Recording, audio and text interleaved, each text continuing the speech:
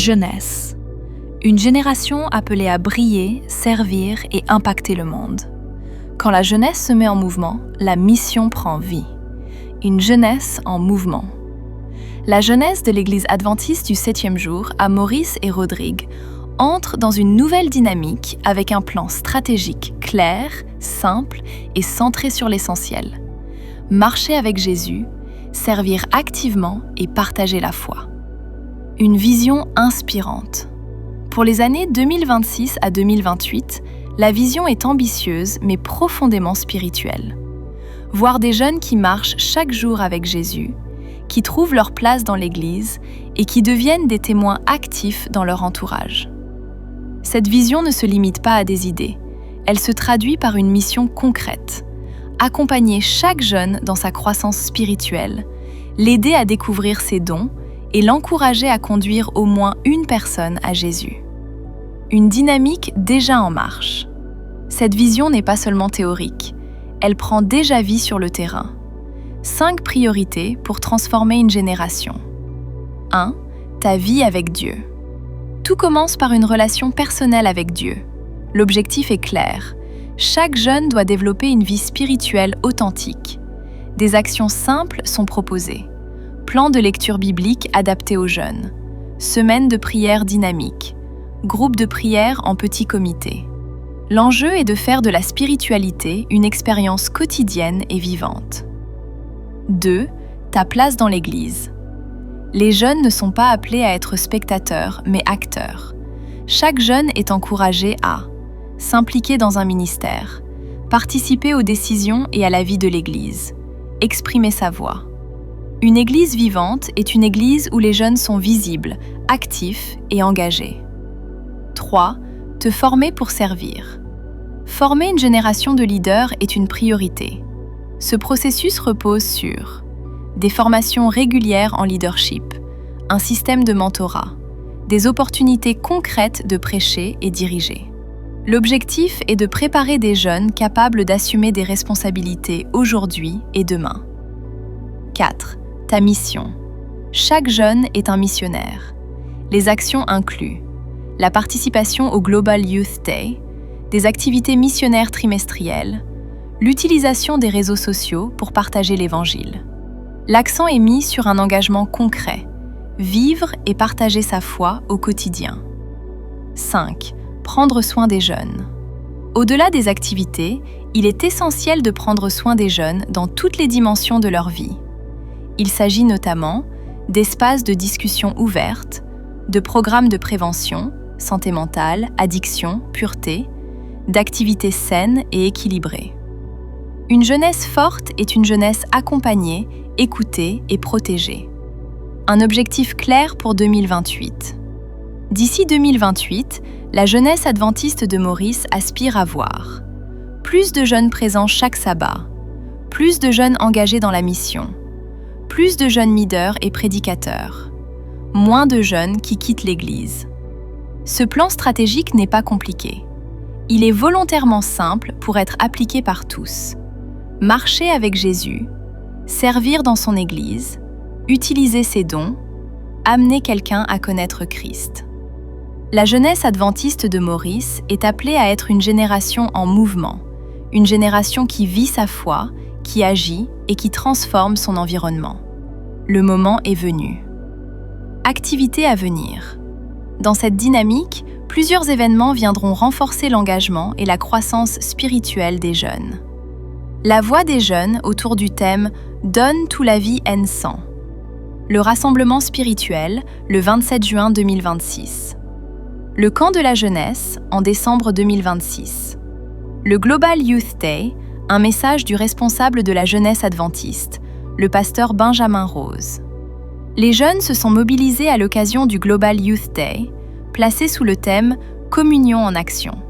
Cette journée a été marquée par la mise en œuvre de plusieurs initiatives, notamment un bilan de santé, la distribution de nourriture aux personnes sans abri, l'organisation d'ateliers destinés aux enfants, l'offre d'un petit déjeuner aux bénéficiaires du programme de traitement à la méthadone, ainsi que des actions d'évangélisation menées dans différentes régions de l'île. Ces activités témoignent de l'engagement de la jeunesse à vivre et à exprimer sa foi de manière concrète et visible. Une semaine plus tard, le 28 mars 2026, les jeunes se sont retrouvés lors de rassemblements par secteur. Ces moments ont permis de renforcer les liens, de partager la vision du département et d'encourager chaque jeune à s'impliquer davantage dans la mission. Du 21 au 28 mars 2026, les jeunes ont vécu une semaine de prière, un temps fort spirituel marqué par la communion, la méditation de la parole et le renforcement de la relation personnelle avec Dieu. Ces initiatives illustrent une réalité. La jeunesse adventiste de Maurice est en mouvement. Influenceurs pour Jésus, IPJ, sermon pour la clôture de la semaine de prière JA. Texte de base, 1 Timothée 4, le verset 12. Un message du président de la Fédération des Églises adventistes de Maurice, le pasteur Vicen Muthosamy. Pendant son ministère terrestre, Jésus a été soit accueilli ou rejeté par ses contemporains. Pourquoi ? Il proclamait un message révolutionnaire pour son époque. Il cassait les codes de la société et brisait les hiérarchies sociales. Il était donc rejeté par ceux que ces codes favorisaient, à savoir les riches, les chefs religieux et les privilégiés de la société principalement. À l'inverse, Jésus était accueilli par les marginaux, ceux que la société rejetait à l'époque, c'est-à-dire les pauvres, les handicapés, les femmes et les jeunes. À l'époque de Jésus, les jeunes n'avaient pas une place très importante dans la société. Leurs besoins passaient après ceux des adultes. Par son message et ses actes, Jésus a redonné de la valeur aux jeunes. Et peut-être que l'une des façons les plus concrètes qu'il a fait cela fut à travers le choix de ses disciples. Luc 3, le verset 23. Jésus avait environ 30 ans lorsqu'il commença son ministère. Par ce texte, nous apprenons que Jésus était âgé d'environ 30 ans lorsqu'il commença son ministère terrestre.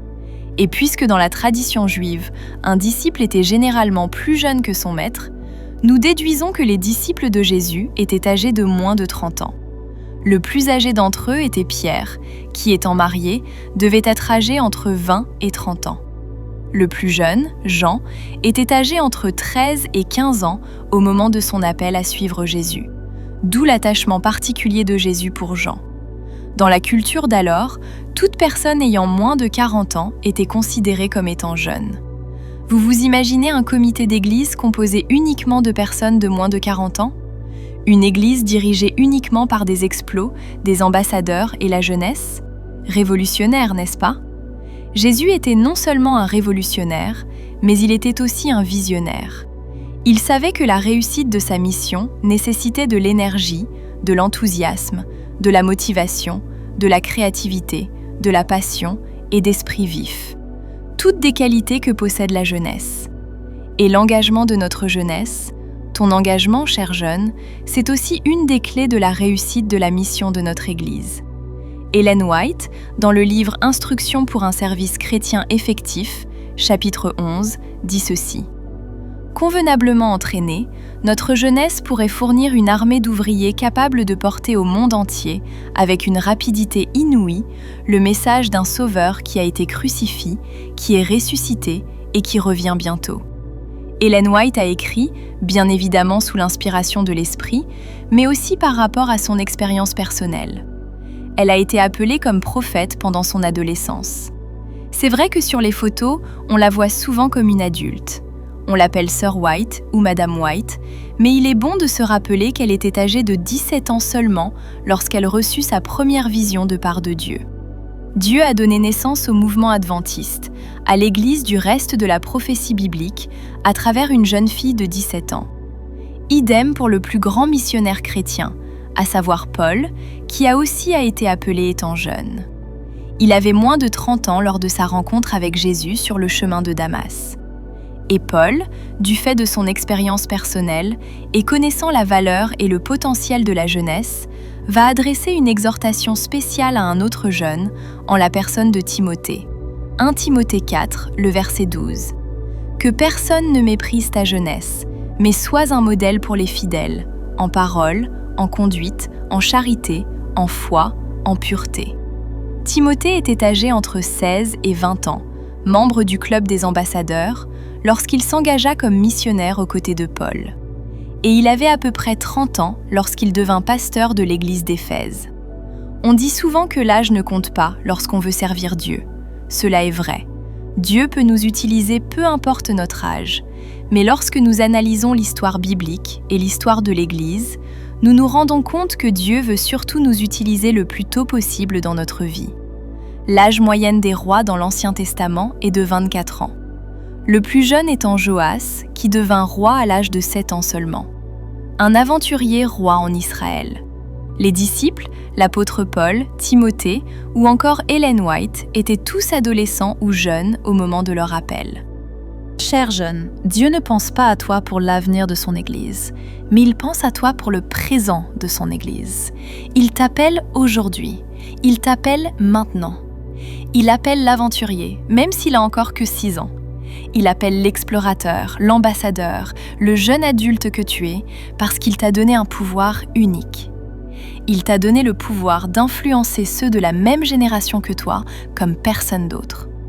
Dans le livre Message à la jeunesse, chapitre 62, Ellen White dit ceci. « Personne ne peut faire autant de bien que les jeunes gens et les jeunes filles consacrés à Dieu.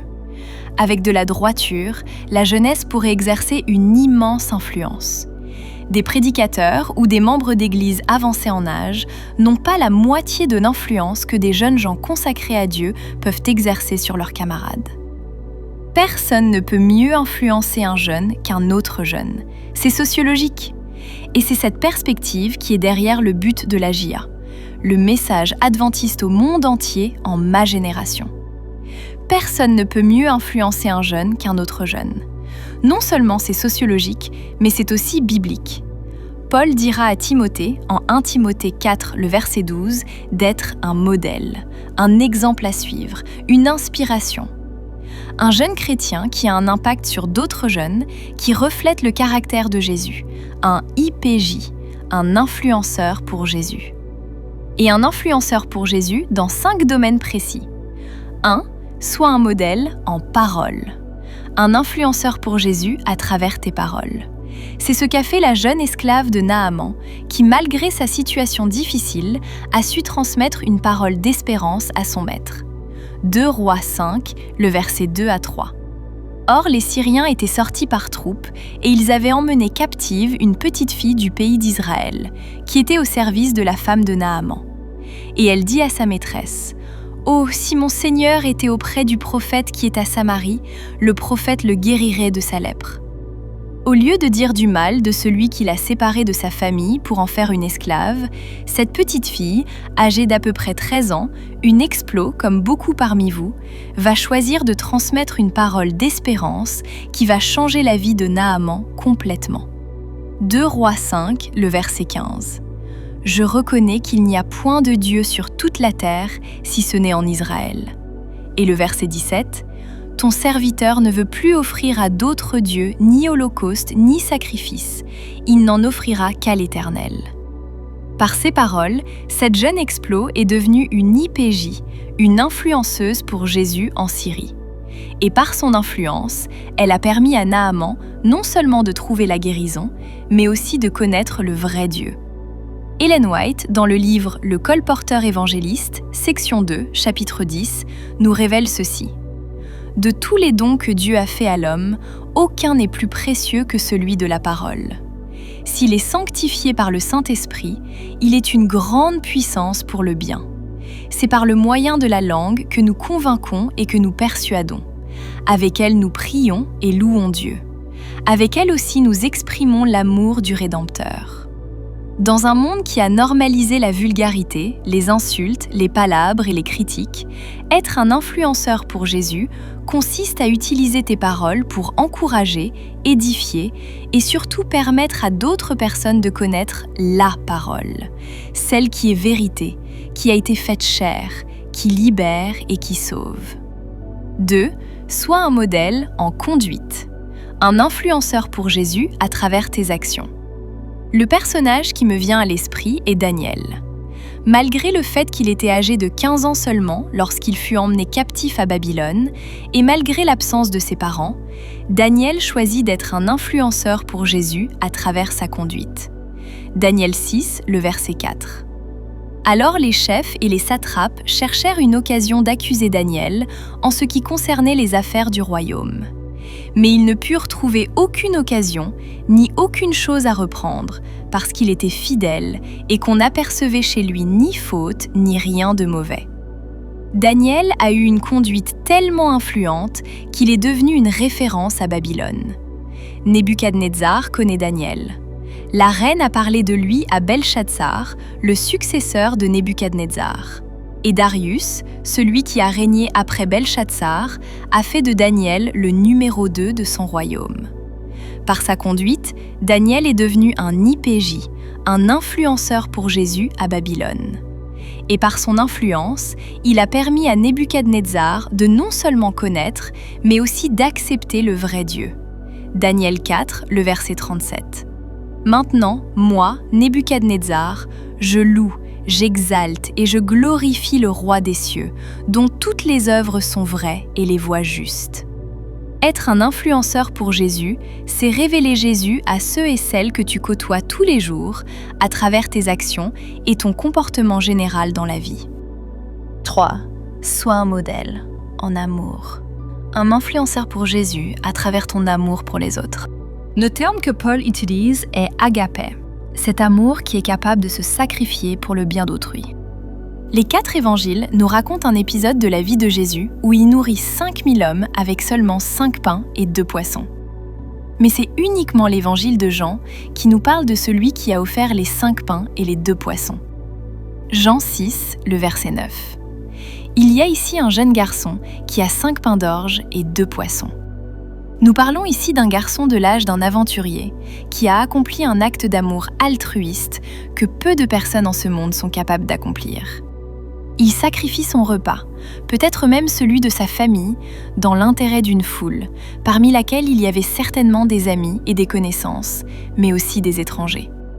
À travers ce geste d'amour, ce jeune garçon est devenu un IPJ, un influenceur pour Jésus, car c'est ce geste d'amour qui a été à la base du miracle de la multiplication des pains et des poissons. Dans le livre Ministère de la guérison, chapitre 40, Ellen White dit ceci. L'argument le plus puissant en faveur de l'Évangile, c'est un chrétien aimant et aimable. Être un influenceur pour Jésus, c'est ouvrir la voie au miracle de Dieu en aimant ton Dieu de tout ton cœur, et ta famille, tes amis et même tes ennemis comme toi-même afin de plus vers. 4. Sois un modèle en foi. Un influenceur pour Jésus à travers une confiance totale en Dieu. Paul, en Hébreux 11, le verset 1, définit la foi comme étant une ferme assurance des choses qu'on espère, une démonstration de celles qu'on ne voit pas. La foi, c'est faire confiance à Dieu, même si tu n'arrives pas à tout comprendre dans ta vie. Ce fut l'expérience de Marie, âgée d'à peu près 15 ans, l'âge d'une explos, au moment où l'ange Gabriel lui annonce qu'elle sera enceinte par la puissance du Saint-Esprit, alors qu'elle n'est pas encore mariée. Malgré sa surprise et son incompréhension, Marie exprime sa foi dans le plan de Dieu. Luc 1, le verset 38. Marie dit « Je suis la servante du Seigneur, qu'il me soit fait selon ta parole. » Être un influenceur pour Jésus, c'est avoir une confiance totale en Dieu. C'est croire en la parole et les promesses de Dieu, même lorsque tu ne comprends pas complètement ses plans et ses projets pour ta vie. C'est croire qu'il connaît les projets qu'il a formés sur toi, projets de paix et non de malheur, afin de te donner un avenir et de l'espérance. Jérémie 29, le verset 11. Être un influenceur pour Jésus, c'est croire en l'amour de Dieu, même lorsque tu te sens dévalorisé et mal dans ta peau. C'est croire que tu as du prix à ses yeux. Ésaïe 43, le verset 4. Et qu'il t'aime d'un amour éternel. Jérémie 31, le verset 3. Être un influenceur pour Jésus, c'est croire en la présence de Dieu, même lorsque tu te sens seul, isolé et rejeté. C'est croire qu'il marche devant toi, qu'il est lui-même avec toi, qu'il ne te délaissera point et qu'il ne t'abandonnera point. Deutéronome 31, le verset 8. Être un influenceur pour Jésus, c'est croire en la fidélité de Dieu, même lorsque tu as l'impression qu'il tarde à répondre à tes prières ou qu'il ne répond pas du tout. c'est croire qu'il peut faire infiniment au-delà de tout ce que tu demandes ou penses. Éphésiens 3, le verset 20. 5. Sois un modèle en pureté. Un influenceur pour Jésus à travers un sens moral élevé. Cela me fait penser à l'expérience de Joseph avec la femme de Potiphar. Genèse 39, les versets 7 à 9. Après ces choses, il arriva que la femme de son maître porta les yeux sur Joseph et dit « Couche avec moi ». Il refusa et dit à la femme de son maître « Voici, mon maître ne prend avec moi connaissance de rien dans la maison, et il a remis entre mes mains tout ce qui lui appartient. Il n'est pas plus grand que moi dans cette maison, et il ne m'a rien interdit, excepté toi, parce que tu es sa femme. Comment ferais-je un aussi grand mal, et pécherais-je contre Dieu ?» La tentation à laquelle Joseph a dû faire face était très forte et persistante. La femme de Potiphar essayait de le séduire tous les jours, et lui étant en terre étrangère, loin de la surveillance de ses parents et du regard des membres d'église, avait toutes les raisons de succomber. Mais malgré son jeune âge, à peu près 20 ans, il a choisi de rester pur. Son sens moral élevé lui a permis de discerner entre le bien et le mal et de choisir le bien. Certes, il s'est retrouvé en prison de manière injuste, mais son choix de la pureté a contribué à faire de lui l'homme le plus puissant d'Égypte après Pharaon. Aujourd'hui encore, la femme de Potiphar continue à séduire, en particulier toi qui es jeune, afin de t'entraîner dans l'immoralité. La femme de Potiphar continue à séduire par le biais de la fornication, l'homosexualité, la promiscuité sexuelle, multiplication de partenaires, ou encore la confusion créée autour des genres. Et la femme de Potiphar n'est plus confinée à l'Égypte, mais elle est dans ta poche, elle est dans ta maison, elle est déjà dans ta chambre à travers ton écran et tes réseaux sociaux. Être un influenceur pour Jésus consiste à faire preuve d'un sens moral élevé, de sorte que tu sois capable non seulement de discerner entre le bien et le mal, mais aussi de choisir le bien au milieu d'une société qui normalise, aime et encourage l'immoralité. Frères et sœurs, la réussite de la mission de l'Église passe par une révolution, dans le bon sens du terme, et par une vision biblique. La jeunesse au cœur de la vie et de la mission de l'Église. Pour que cette saine révolution devienne une réalité, nous, adultes, nous devons aimer nos jeunes. Nous devons les encadrer, les former, les inspirer et surtout, nous devons leur donner des opportunités pour utiliser leurs dons et leurs talents, car la jeunesse est une armée que Dieu désire utiliser aujourd'hui et maintenant. Mais la jeunesse au cœur de la vie et de la mission de l'Église dépend aussi de toi, cher jeune. Dieu t'a donné un pouvoir unique, celui d'influencer les autres jeunes de ta génération. À toi de démontrer ta valeur et ton potentiel. Dans ta vie réelle, dans ta famille, dans ta rue, dans ton école, dans ton travail, dans ton église, mais également dans ta vie virtuelle, sur YouTube, sur TikTok, sur Insta, sur Snap ou sur Facebook, fais le choix d'exercer une influence positive et spirituelle sur tous ceux et celles qui te follow. Choisis de faire de tes paroles, de tes actions, de ton amour, de ta foi et de ton sens moral une boussole qui conduit les gens à Jésus.